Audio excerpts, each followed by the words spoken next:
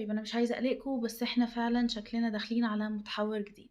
اسمعي الفيديو ده كويس جدًا قبل ما العدوى تنتشر أكتر. طبعًا أول ما الشتا بيبدأ بتلاقي البيوت كلّها قلبت حفلات كُحّة ورشح وبرد وسخونة، وتلاقي يا عيني الأمهات حاطة إيديها على قلبها عمّالة تقول هو أنا ابني تعبان؟ طب يا ترى هو أنا قصّرت؟ في فيديو النهاردة هاقول لِك على شوية حاجات بسيطة تقدري تعمليها من أول يوم في الشتا، وفعلًا هتفرق في مناعة طفلِك. يلا بينا نبدأ واحدة واحدة، وعلى فكرة الشتا مش لازم أبدًا إنه يبقى موسم تعب، وعشان نستعد لازم نقوي جهازه المناعي، وجهازه المناعي بيقوى بأول وأهم حاجة. الساحر الحقيقي هو النوم.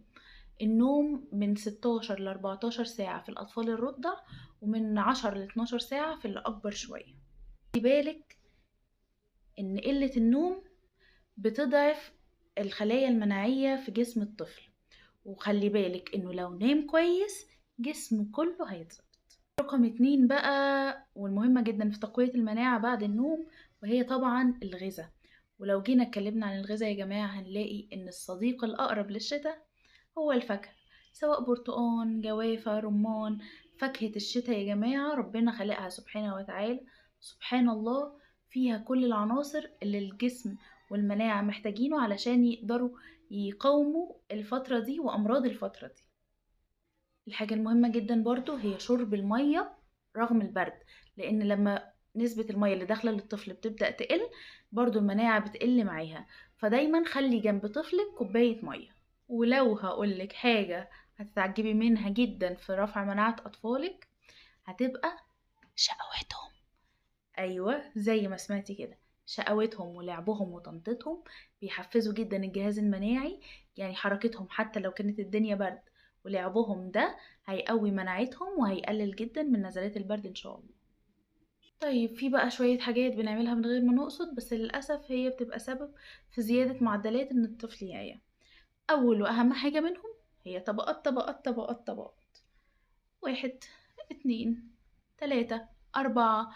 الطفل يبدأ يلبس كل ده، يبدأ جسمه يعرق، عرق مع هوا، عيا على طول. طيب ألبسه قد إيه؟ طفلِك يلبس زيادة عنِك قطعة واحدة، أو على حسب طبيعة جسمه برضه. دايمًا حطي إيدِك مش على كفوفه ولا رجليه ولا هنا، حطي إيدِك جوه جسمه. لقيتيه ساقع يبقى هو سقعان، لقيتيه حرّان. يعني أنتِ قيسي، كل طفل بيبقى ليه طبيعة خاصة غير التاني. رقم 2 بقى في الأخطاء اللي إحنا بنعملها هي تشغيل الدفايات بشكل مستمر.